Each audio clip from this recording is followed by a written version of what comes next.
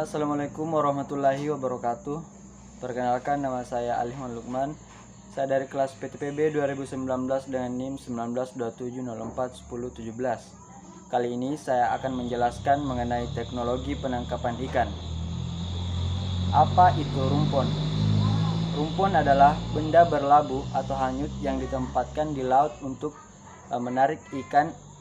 Alat ini digunakan untuk memancing ikan agar berkumpul dan mudah untuk ditangkap oleh para nelayan. Sejak tahun 1900, nelayan dari Indonesia dan Filipina mulai membangun rakit apung dari bambu dan bahan lainnya untuk menarik ikan. Sekarang, rumpun buatan permukaan dan air tengah secara sistematis digunakan dalam skala besar sejumlah negara. Praktik saat ini sangat bervariasi, terkadang melibatkan teknologi canggih seperti yang ada pada gambar.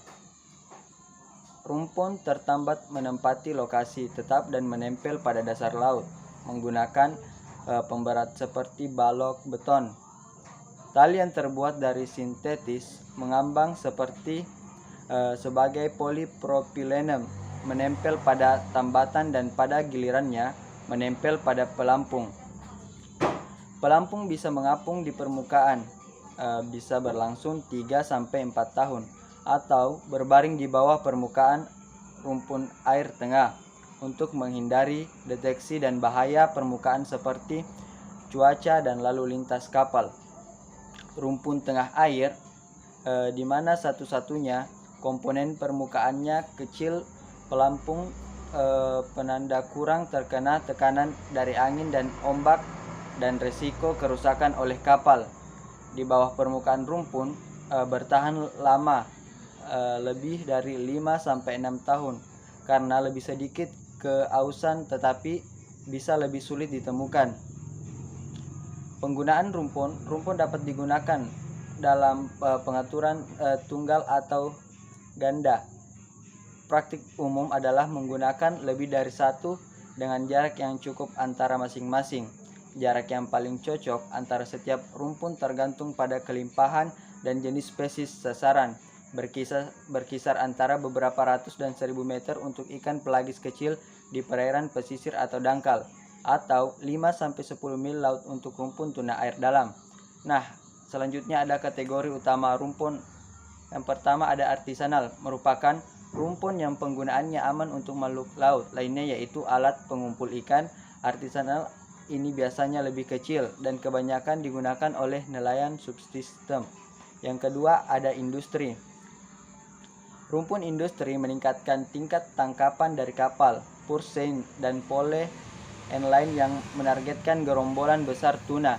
Ini biasanya rakit hanyut dengan suar elektronik, jadi perahu nelayan dapat menemukan rumpun dan terkadang peralatan sonar itu menunjukkan jumlah ikan di bawahnya.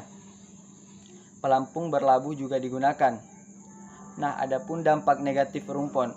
Penyebaran dan perkembangbiakan rumpun secara ekstensif telah mempengaruhi praktik pemanenan dan menjadi perhatian pengelola perikanan. Penggunaan rumpun oleh kapal pursein telah mengalami penurunan, meningkatnya kritik atas dampaknya terhadap stok tuna dan potensi ancamannya terhadap keanekaragaman hayati, khususnya tangkapan sampingan hiu dan kehidupan laut lainnya.